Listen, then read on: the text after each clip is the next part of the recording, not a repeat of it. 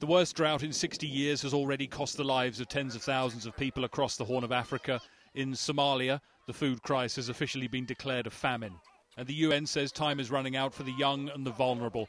But so far, only half of the £1.5 billion the UN has appealed for has been pledged.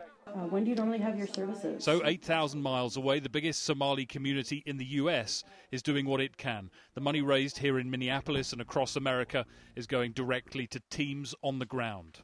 Of course, everyone here have families and relatives and friends back in Somalia. And that's maybe one of the reasons that the community is mobilizing all its resources to try to help.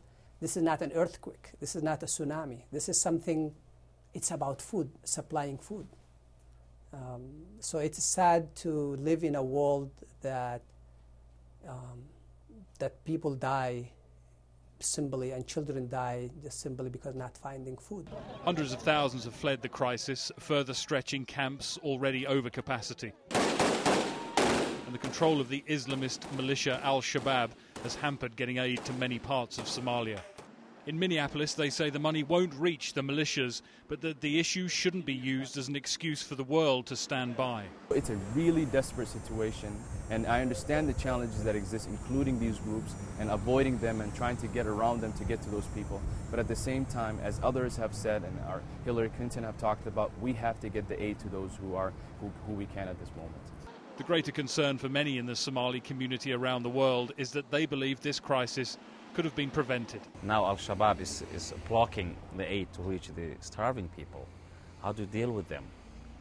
The government is doing whatever the best they can with the very limited resources that they have in terms of financial and in terms of manpower. The only thing we can do is just to appeal the international community to come as quickly as possible and to save as much children and as much people as possible. What everyone agrees on is that more needs to be done. It's estimated 400,000 children are at risk of starving to death in Somalia alone. 20 years after a famine that killed 200,000, the UN says the failure to create a long-term solution to crises like this should shame the world. Greg Milam, Sky News.